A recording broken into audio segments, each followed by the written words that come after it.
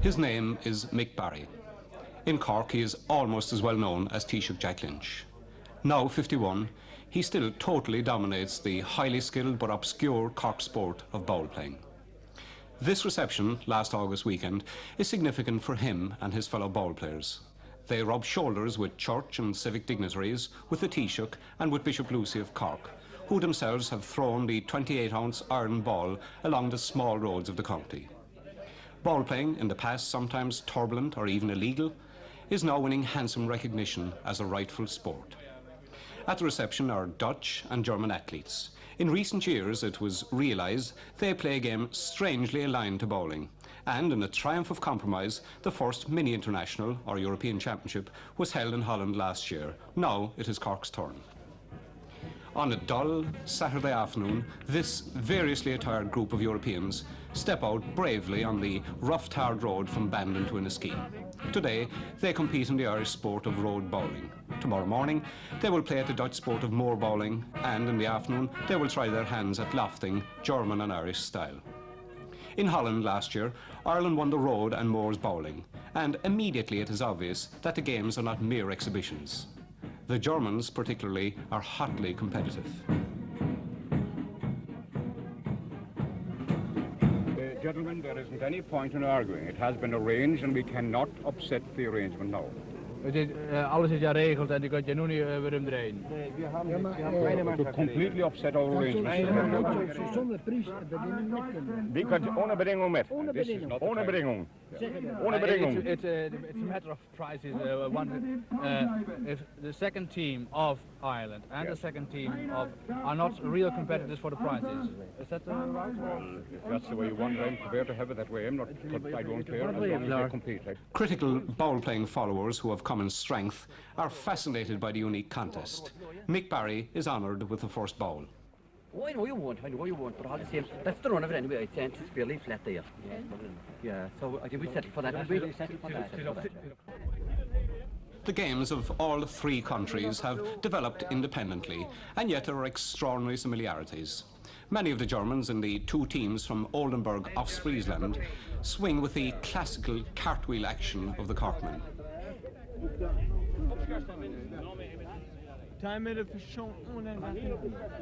Most of the Dutch throw underhand as they bowl in Armagh. The crowd have never seen anything like the discus-throwing style of the third German team from Schleswig-Holstein. The style gives a high loft, but it is often dangerously inaccurate between the crowding lines of spectators. This competition has other unique features. Cork bowling is a game of singles or pairs, with the least number of throws over a set distance deciding the winner. Today, it is a 10-a-side team event, with 3 entries from Germany, 2 from Cork and 1 from Holland. It is also a test for the true appeal of bowling. Most Corkmen follow the scores because they have big money riding on the players. Today, there is no betting. Can the game still maintain interest? Ball players are dedicated but make no secret of their professionalism. Mick.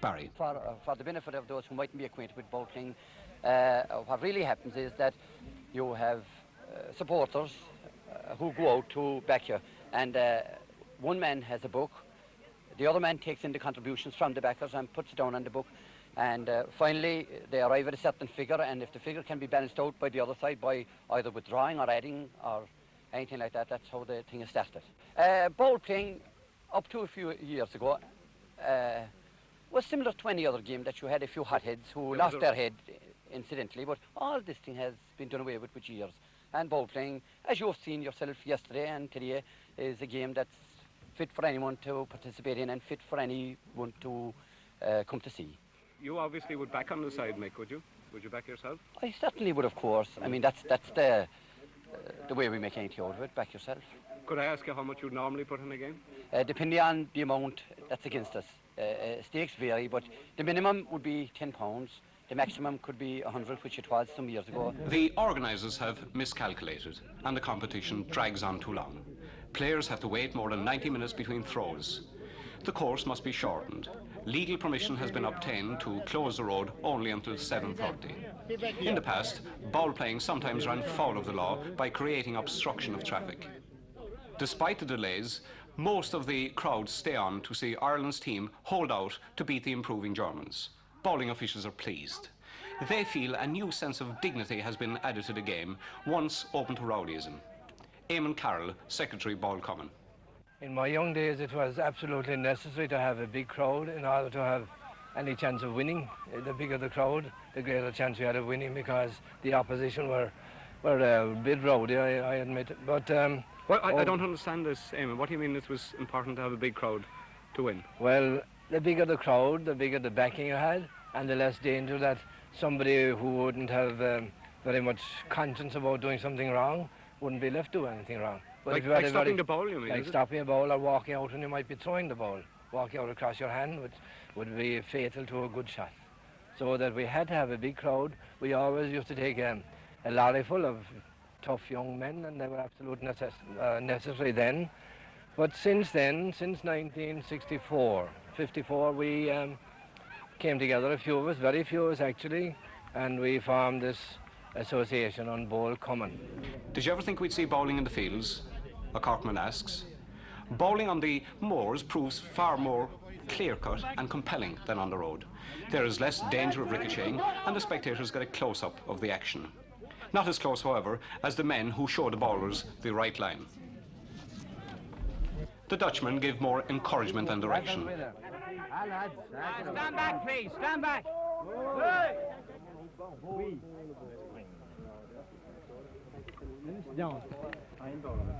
The Germans do it with dipped flags.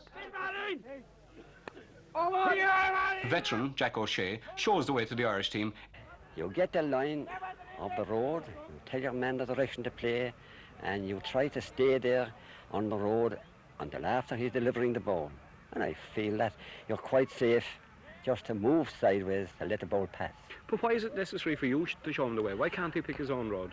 Well, it requires a bit of encouragement too. And some of the players are a bit green, and they require a bit of advice and direct them as to where to run in line to get the ball to hold the road as far as it could. The Moors game, played along a track mown in the grass, hots up into a real battle. One of the Irish teams is ahead until their ball is stopped by a spectator. Time is wasted, and with the lofting to come in the afternoon, a time limit is put on the game. The Germans cause a long hold-up and debate rules before lofting a three-lined road. Their players successfully make a loft hitting the track. Mick Barry, from further back, takes too big a bite and is a foot short. The Germans say the throw is void. The Irish say he should be allowed to try again. But by now, time has expired and the Germans win anyway. Ireland are second, the Dutch are silent and third. Flower Crowley, Chairman, International Federation. I can tell you, Val, that the confusion is mainly because of the difference of language. I have discovered from listening and from the well-informed interpreters that we are all saying the same thing in different ways.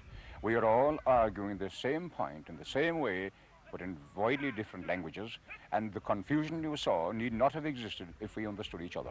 That is really the cause of the confusion. This thing obviously flourishes hotly.